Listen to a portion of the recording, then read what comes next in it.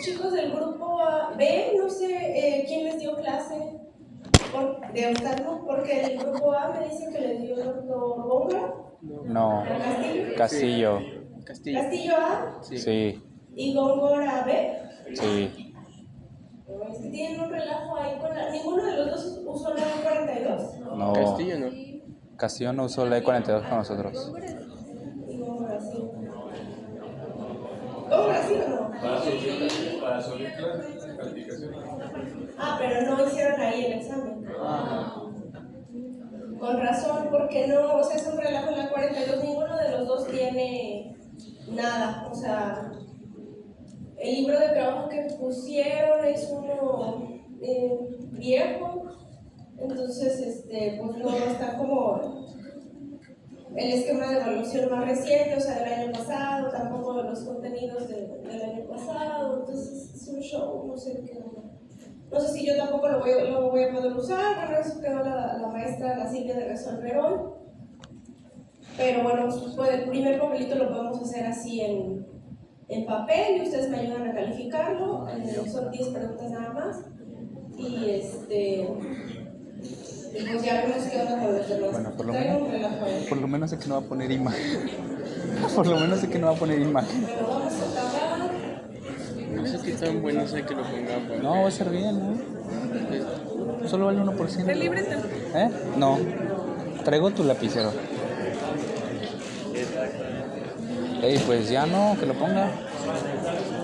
No, dijo que primero iba a dar clase y que el papelito iba a ser en la segunda. Mire, yo siento que no va a grabar bien. Esta vaina no va a grabar bien. Güey, ya cállate, deja saber. ¿Traes tu botecito? No. ¿Tu botecito es? Está abajo. Bueno, ese lo agarramos más rato para grabar. Y todavía no, acabamos esto.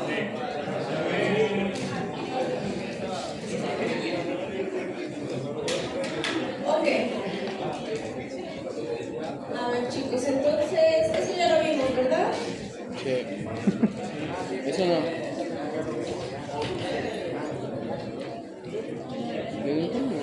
Creo que nos queda eso. Entonces decíamos que el diagnóstico de la autoesclerosis es, o sea, la alta sospecha ya empieza desde la clínica, ¿verdad? Una hipoacusia conductiva, de hecho es la causa número 1 de hipoacusia conductiva en los adultos. ¿Ok? Hipoacusia conductiva, obviamente, ¿Qué es la autoesclerosis? una vez que hemos descartado junta con D0, ¿verdad? Un diagnóstico medio. Lo primero que hay que pensar cuando eso está descartado es una autoesclerosis, sobre todo también si ya existe el antecedente familiar. La hipoacusia es de predominio o inicia casi siempre notándose más en frecuencias graves, a diferencia de la presbiacusia, y ya después en todas las frecuencias. La logoaudiometría, o sea, la capacidad de discriminar el lenguaje, depende del nivel o del umbral a donde haya bajado en la audiometría la audición. La timpanometría o timpanograma o impedanciometría, que decimos que es lo mismo, se va a dibujar una curva AS. Acuérdense que la S es por shallow o superficial, quiere decir que es una curva de amplitud corta, es una curva A pero chaparrita. El reflejo estapedial típicamente va a estar ausente. ¿Por qué? Porque como el estribo está fijado, ¿verdad? Está esclerosado a la platina, no se mueve, y aunque el músculo pueda contraerse para dejar de moverlo, pues no existe ese movimiento. Y el ataque de oído puede ayudarnos sobre todo a descartar otras cosas, ¿verdad? Como ocupación del oído medio, tumores en el oído medio, que a lo mejor no fueran visibles a la autoscopía, pero básicamente en una autoesclerosis el TAC prácticamente es normal. Es muy raro cuando logramos ver exceso de osificación en esta fase de autoesclerosis. A veces vemos una hiperdensidad alrededor de la ventana oval, alrededor del estribo, o a veces en algunos otros focos de la cápsula óptica. Decíamos que la autoesclerosis no es exclusivamente conductiva, o sea, puede manifestarse como una sordera mixta, ¿verdad? También con un componente sensorial, aunque lo más típico es que sea puramente conductiva, pero A veces podemos ver esos focos de autoesclerosis como hiperdensidades en la tomografía, pero no es común, la mayoría de las veces el TAC es normal. Entonces decíamos que típicamente en la autoesclerosis, en ese gap que se presenta, vamos a encontrar lo que decíamos que era la muesca o nicho de Cajard, que es una caída exclusivamente en la frecuencia de 2000 Hz, aquí está un poquito más dibujado, en la frecuencia de 2000 Hz de la vía ósea, ¿verdad? Por eso, y se hace típicamente esta curva así como en V, de muesca, ¿verdad? Pero decíamos que a veces no es puramente conductiva, a veces hay un componente sensorial agregado, pero esto es más raro.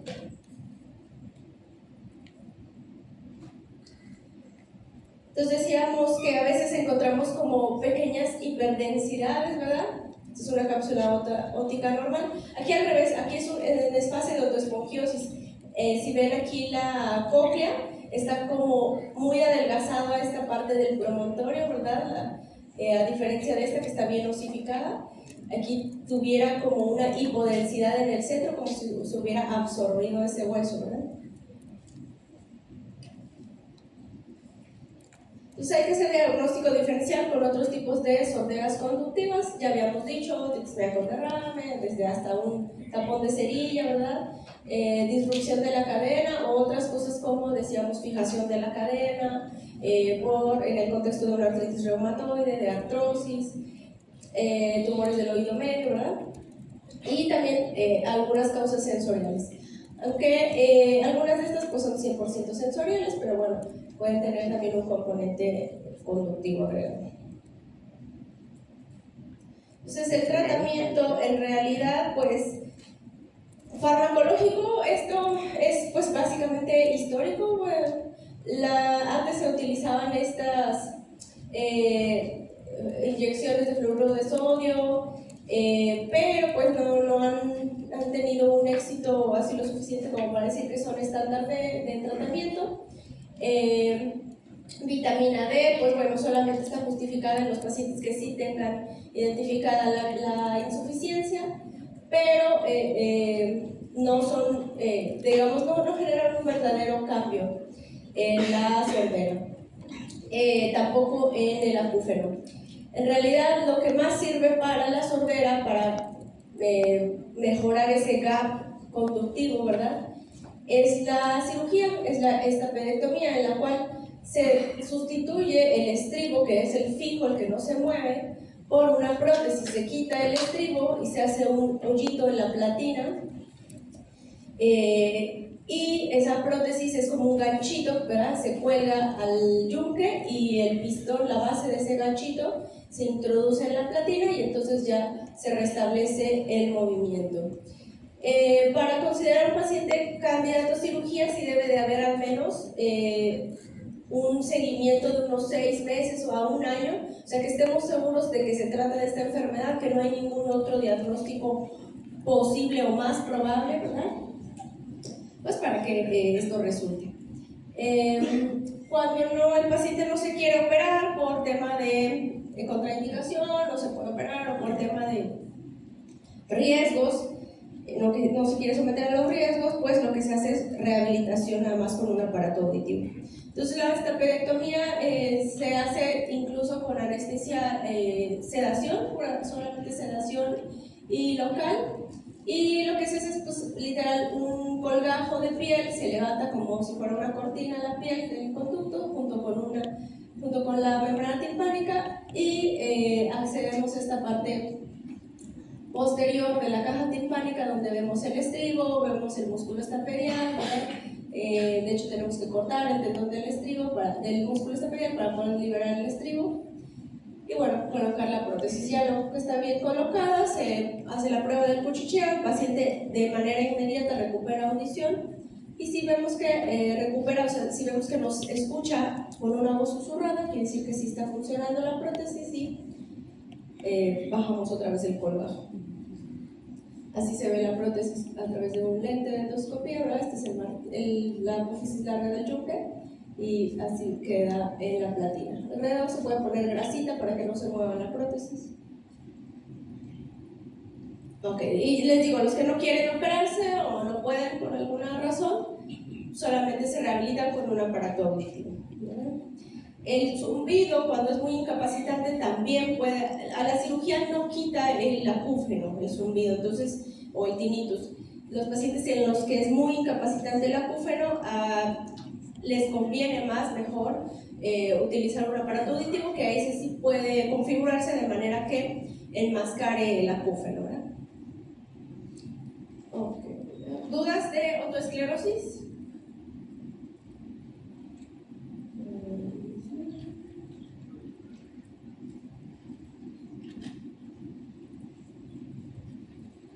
Trauma acústico, ya vimos, ¿no? ¿Verdad?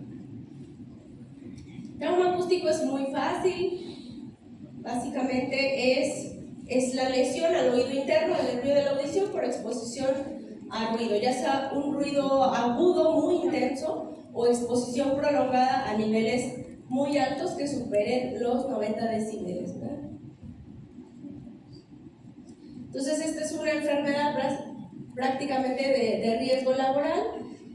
En las fábricas, ¿verdad?, en lugares donde se usan máquinas muy ruidosas, es por ley obligación utilizar protección auditiva, y se establece en la ley que, al menos en la NOM, ¿verdad?, que la exposición máxima permitida es de no más de 80 decibeles por 8 horas continuas, ¿verdad? Aunque también hay gente que se ha expuesto a estos niveles y no han tenido este daño, entonces también se cree que hay cierta susceptibilidad genética o individual, que esto depende también de la edad, del género, si hay algún daño previo o cirugías otológicas previas. Entonces básicamente, como todos la fisiopatología de las hipoacusias sensoriales, ¿verdad?, existe un daño al órgano de Corti, ya sea las células ciliares, las externas o las internas, o a ambas, ¿verdad? Y finalmente también dañan a la estría vascular y pues, el nervio es el que se daña, ¿no? Se mueren las neuronas. Entonces, por eso la mayoría de las hipoacusias sensoriales decíamos que son irreversibles. ¿Cómo se manifiesta? Generalmente el paciente no se queja de sordera, no se queja de hipoacusia, de lo que se queja es de un acúfeno persistente, de tono casi siempre agudo, pero puede ser variable, a veces puede ser agudo, a veces puede ser grave. Y cuando les decía, bueno, es una persona joven que va a un concierto y que solamente estuvo expuesto por unas horas, a lo mejor esto puede ser intermitente, o sea, puede ser transitorio, puede ser que le dure unos días y se le quitó, ¿no? Pero a lo mejor si es un trabajador que siempre se está exponiendo a esa fuente de ruido, pues el acúfeno casi siempre tiende a ser ya permanente. A la otoscopía siempre va a ser normal. Y la ocumetría, pues, si es que hay una diferencia de umbral, el Weber puede lateralizarse, si no, va a ser central. Y el Rinne siempre va a ser positivo. Entonces, prácticamente nosotros, acuérdense que el promedio de las frecuencias que utilizamos para el lenguaje es de 500 a 2000 Hz, ¿no? La frecuencia de 500, la de 1000 y la de 2000, si las promediamos, eso nos da un umbral que se llama PTA. Ese umbral, ese valor nos dice en qué grado de sordera estamos, ¿verdad? Pero en el trauma acústico, sobre todo si es un trauma acústico leve, grado 1, grado 2, prácticamente esas frecuencias pues no van a bajar, van a quedarse dentro de la normalidad, y donde vamos a identificar el trauma acústico es en la caída en la frecuencia de 4000 Hz, y típicamente la curva que se hace en el trauma acústico es una curva como en V, porque cae en 4000 pero recupera en 6000 y 8000 Hz, ¿verdad? Entonces baja y luego sube. Y ya dependiendo qué tan profundo baje, pues la clasificamos en grado 1, grado 2, grado 3, grado 4A. A partir de 60 decibeles ya consideramos un grado 3 de trauma acústico. Puede haber incluso, si es muy intenso el daño, puede haber por el mismo sonido hasta una contusión laberíntica, o sea, puede experimentar vértigo el paciente, ¿verdad? Solamente por el ruido, por el sonido. Entonces, en los pacientes que es muy incapacitante, que no pueden, no quieren vivir con el acúfeno, porque les da ansiedad, porque no pueden dormir. El uso de un aparato auditivo, pues les digo, puede enmascarar ese sonido y pues puede ayudarles, ¿verdad?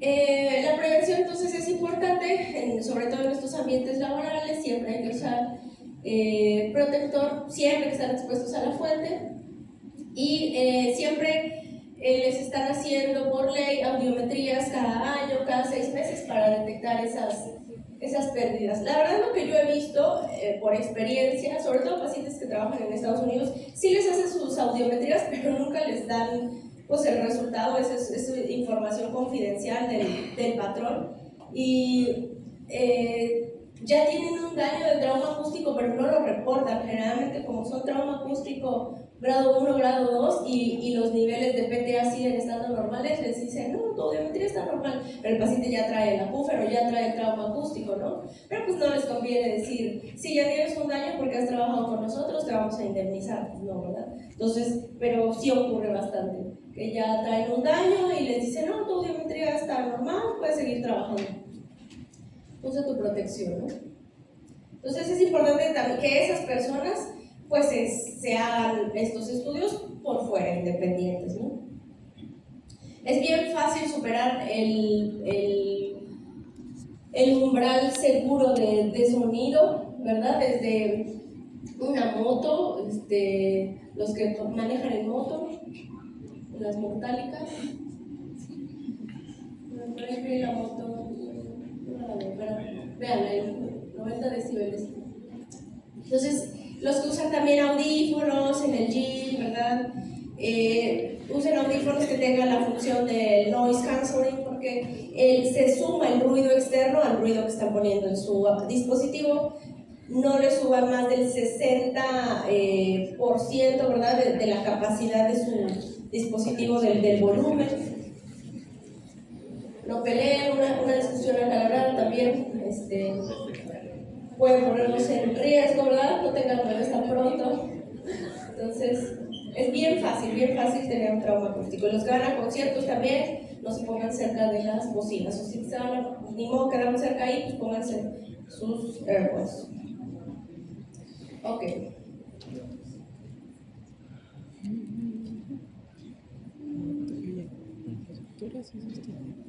Musculotóxicos y parálisis facial, y ya damos el break, hacemos el papelito. Entonces, ototóxicos, hay que saber cuáles son los medicamentos que pueden ocasionar daño. A veces en ciertos contextos clínicos, ciertas enfermedades, sobre todo enfermedades críticas, siguen siendo la primera elección de tratamiento de antibiótico. Entonces, bueno, a veces ni modo, no hay de otra, sobre todo cuando ya hay resistencias bacterianas a otras alternativas, ¿verdad? Seguras para el oído. Pero entonces hay que saber que existe este riesgo. ¿Para qué? Para advertírselo al paciente y que pueda después tener un diagnóstico, ¿no? Un seguimiento de su audición. Entonces, cuando se supo que estos medicamentos, sobre todo los aminoglucósidos, ocasionaban daño auditivo, pues en la Primera Guerra Mundial, cuando se usaban mucho para tratar tuberculosis, ¿verdad? Entonces, esto también se cree que, igual que el trauma acústico, existe cierta susceptibilidad individual, cierta predisposición, porque igual no todos los que usan estos medicamentos han tenido daño, ¿verdad? Lo mismo, como es un daño sensorial, es irreversible, hay daño a las células del órgano de Corti, también de los organelos sensoriales del aparato vestibular, que son las máculas en el sáculo, ¿verdad? En el utrículo y el sáculo también. Estas lesiones se inician en la base de la cóclea. Acuérdense que la cóclea tiene una distribución tonotópica. ¿Qué es eso?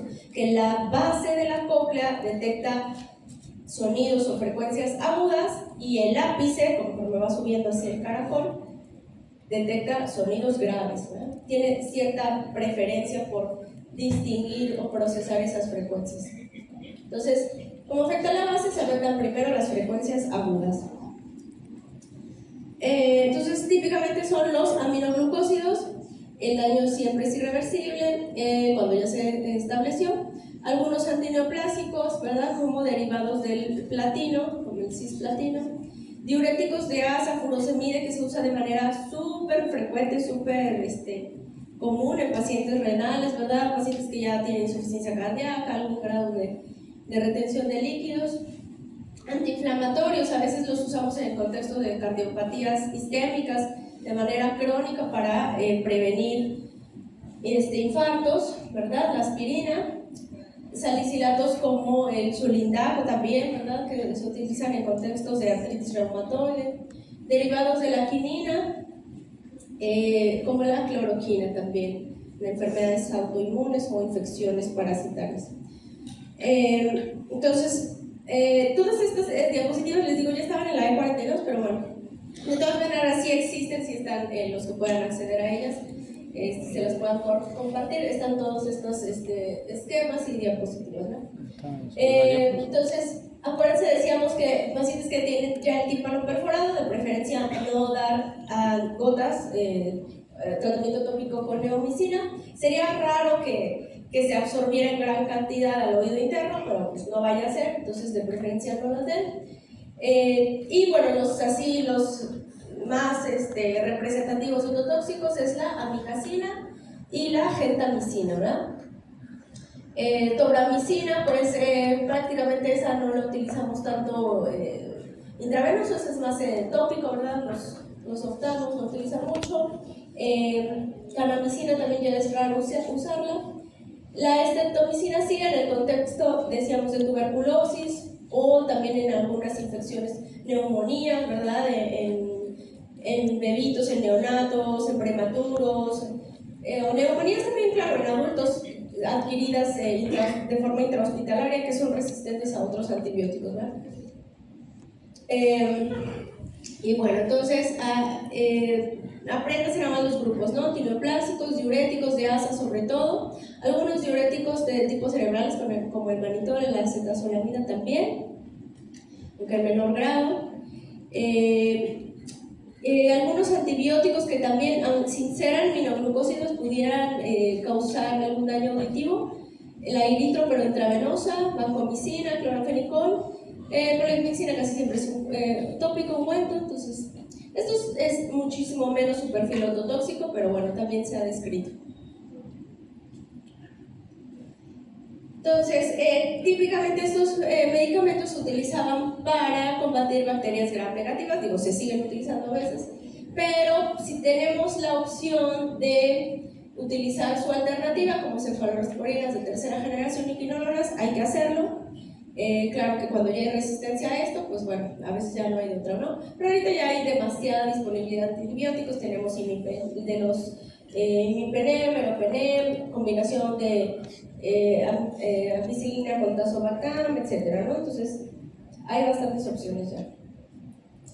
Entonces, ¿qué síntomas tienen los pacientes? Es una hipoacusia bilateral, casi simétrica, después de haber aplicado el medicamento, o en las semanas posteriores, en las frecuencias agudas, ¿verdad?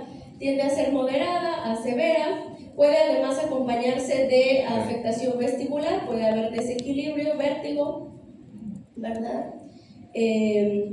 Esto pasa más, la afectación vestibular, con estreptomicina y gentamicina, ¿verdad? Hay quienes afectan más la audición, hay quienes afectan más el equilibrio, y pues hay los que intermedio, ¿verdad?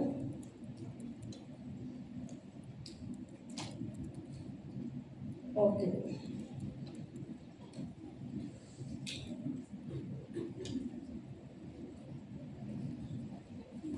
¿A qué hora tiene que ir a pasar lista? ¿A las 8 exactas? Entonces acabamos parálisis facial y ya van y regresan para el papelito.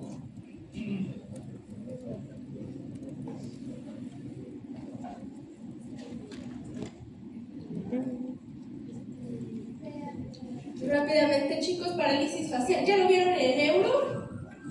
¿Ya tuvieron neuro? Estamos llevando neuro. ¿Están llevando luego? Sí. Entonces, bueno, no sé si vayan a ver parálisis facial, pero bueno, aquí lo vemos rapidito. Aquí, para el contexto de otorrino, pues lo que importa es parálisis facial periférica, ¿verdad? Pero siempre hay que saber cómo distinguir una parálisis facial periférica de una central. Acuérdense que el núcleo del facial nace en el puente, en la protuberancia, y bueno, recibe fibras córtico-motoras, de naturaleza motora, ¿verdad? De la corteza hacia el núcleo. La parte del núcleo o subnúcleo superior, que es la parte que inerva la mitad superior de la cara, esa recibe fibras de los dos lados, ¿verdad? Pero la parte que inerva la parte inferior de la cara, el subnúcleo inferior, esa solamente recibe fibras del lado contralateral. Entonces, por eso cuando un paciente tiene parálisis facial nada más del cuadrante de la mitad inferior de la cara, o sea, nada más la comisura labial es la que se deprimió, ¿verdad? La que perdió fuerza. Central. Entonces decimos que la lesión seguramente está arriba del núcleo supranuclear, en la fuente de esa inervación, o sea, contralateral a esta lesión, ¿verdad? En el hemisferio contralateral. En este caso sería en el hemisferio izquierdo. Pero cuando la parálisis es completa, o sea, cuando el paciente tampoco puede mover la frente, no puede cerrar el ojo, seguramente la lesión ya brincó ese núcleo y por eso se considera periférica, ¿verdad? ¿Sí quedó claro? Entonces, también podemos hacer un diagnóstico topográfico.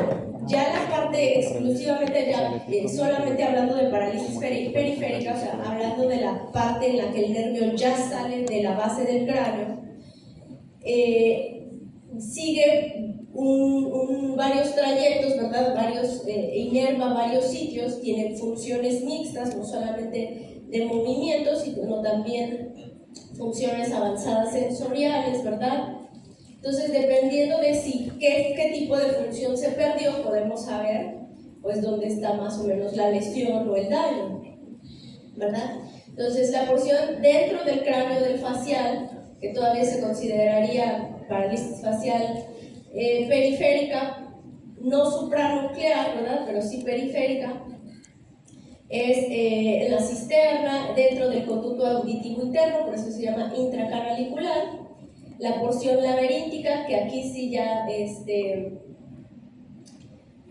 seguiría siendo dentro del cráneo, pero dentro de la caja timpánica.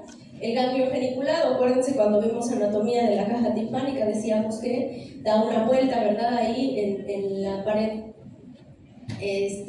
posterior y medial, el ganglio geniculado, por eso puede haber parálisis facial en otitis medias agudas, en colesteatoma, ¿verdad? La porción timpánica, acuérdense que también el facial inerva el músculo estapedial, al nervio cuerda del tímpano, y finalmente sale por da una rama ahí que atraviesa las celdillas mastoideas y sale del agujero sale de la base del cráneo, ahí a nivel más o menos de la apófisis estiloides, y luego da las 5 ramas que inervan a toda la cara, ¿verdad? Entonces, acuérdense que viene una rama aquí temporal, una rama cigomática, una rama bucal, una rama mandibular y una rama cervical.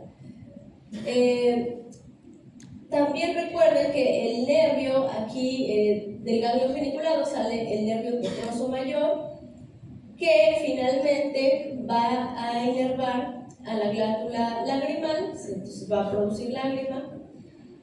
También viene, decíamos, la función sensitiva del busto, ¿verdad? Del cuerda del tímpano, también del estapedio, pero además existen ramas que van a inervar a las glándulas productoras de saliva, ¿verdad? A la parótida, a las submandibulares y a la sublingual. Entonces, hay que, cuando nosotros tengamos al paciente en clínica, hay que explorar todas esas funciones. Está moviendo la cara, está produciendo lágrima, está percibiendo bien el busto, tiene buena producción de saliva, ¿verdad? Todo eso importa para saber, darnos una idea de dónde está el daño, ¿verdad?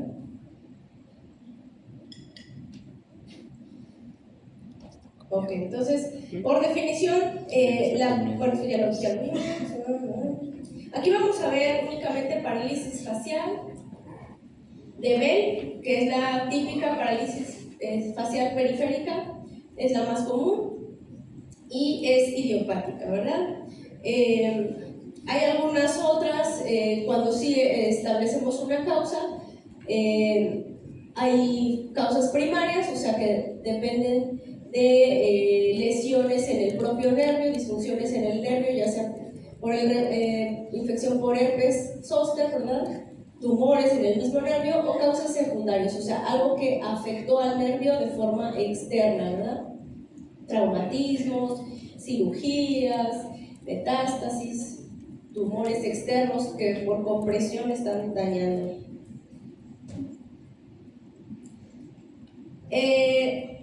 La parálisis de Bell se cree en su fisiopatogenia, en sus teorías de etiopatogenia, se cree que tiene que ver con una infección previa por algún virus de la familia herpes, ¿verdad? Si preguntamos, en algunos casos sí va a haber el antecedente de una infección de vías aéreas superiores en las últimas 2 o 3 semanas. Pero puede ser que hubo una prima infección, por ejemplo, en la infancia, ¿verdad? Y eventualmente después el paciente, en su etapa joven o adulta, por alguna razón todavía desconocida, se reactivaron esos virus que quedaron latentes en el ganglio geniculado, se volvieron a reaplicar y causan una neuritis del nervio, ¿verdad? Una inflamación, y eso da pie a la parálisis. También de manera histológica pudiéramos saber qué tan profundo es el daño, ¿verdad? Esto, pues les digo, esto sería a nivel histológico. Es difícil hacerlo así por clínica, pero bueno, se han descrito, para que lo sepan, se han descrito estos daños dependiendo si afecta solamente la porción más interna del nervio o si, que son, ¿verdad?, los axones, si solamente afecta los cuerpos, la cubierta de mielina, o si ha sido un daño de todas las capas del nervio, ¿verdad? Incluyendo el endoneuro, perineuro y epineuro. Pero bueno, eso es más histológico.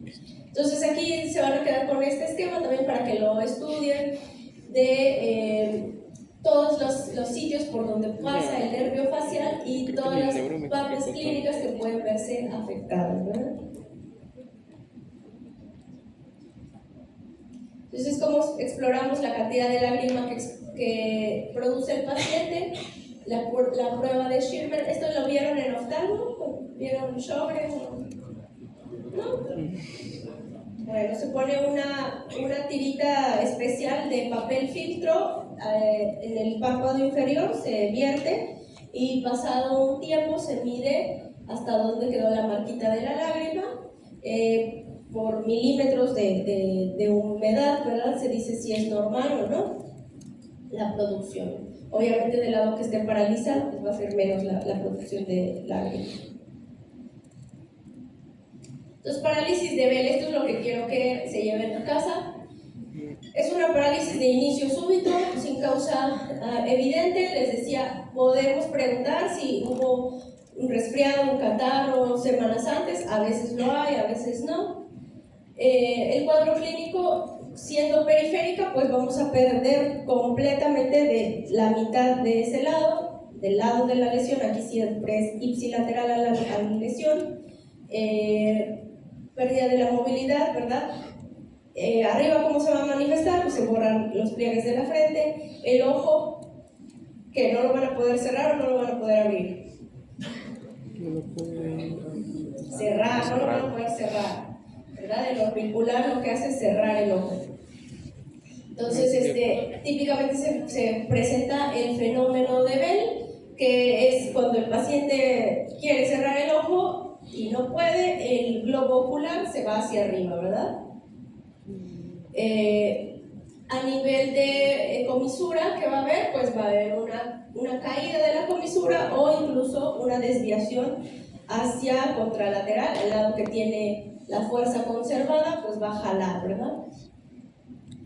Entonces el diagnóstico es 100% clínico, no hay más que buscarle, ¿verdad? Lo vemos, lo exploramos y decimos, pues sí, es una parálisis periférica ante la ausencia de un cuadro clínico que me explique esta parálisis, pues le estaríamos poniendo parálisis de Bell, ¿verdad? O sea, si el paciente no está supurando por el oído, no trae un tumor en el oído, no trae, o sea, otra cosa que me explique la parálisis, pues es una parálisis de Bell, ¿no? Clásicamente la otoscopía pues va a ser normal. Hasta 10% puede ser recurrente y hasta el 10% tiene un antecedente familiar de que ya también tuvieron parálisis. Entonces, es el fenómeno de Bell, ¿verdad? El ojito se va para arriba cuando no lo pueden cerrar. Es importante que dentro de los cuidados,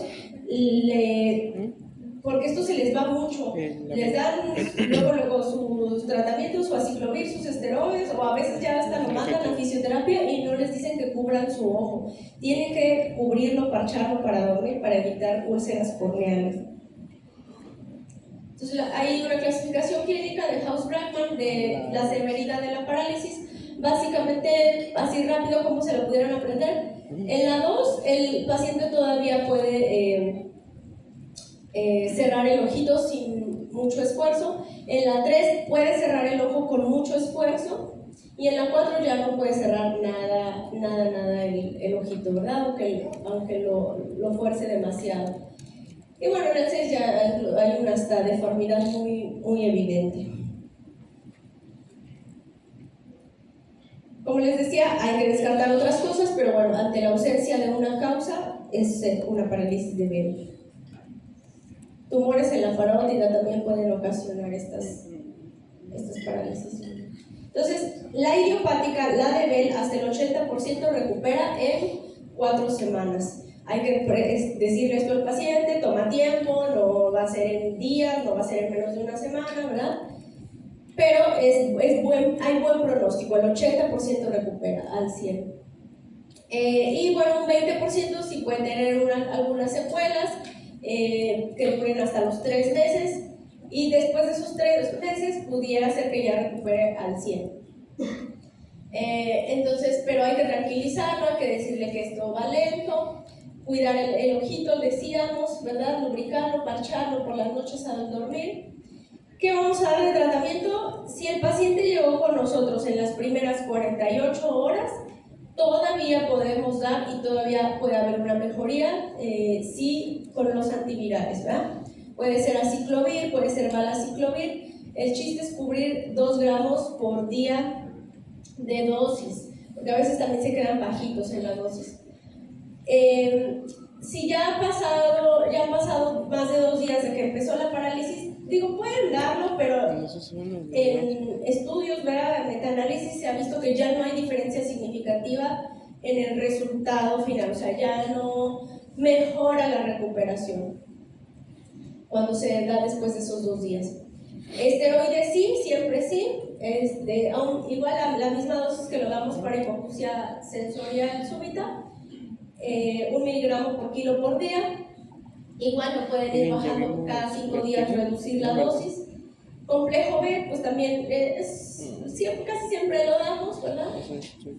En realidad, pues si no hay un déficit de vitamina B, o sea, si el paciente no tiene desnutrición, no estaría justificado, pero bueno, siempre lo damos para favorecer la función del nervio.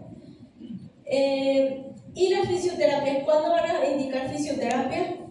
No inmediata, chicos, espérense de perdido 2 semanas, porque si ustedes empiezan una rehabilitación muy temprana, pueden ocasionar lo que se llama cinesias, o sea, son por esta estimulación que hacen, ya sea con calor, con electricidad o con masajes, pueden estimular terminaciones del facial de manera aberrante y a veces tienen contracciones involuntarias, que son como pequeños tics, ¿verdad? por ese estímulo externo que todavía no necesitaban. Entonces, espérense, he perdido 2 semanas para la rehabilitación. Listo, chicos, ¿dudas de esto? Vayan a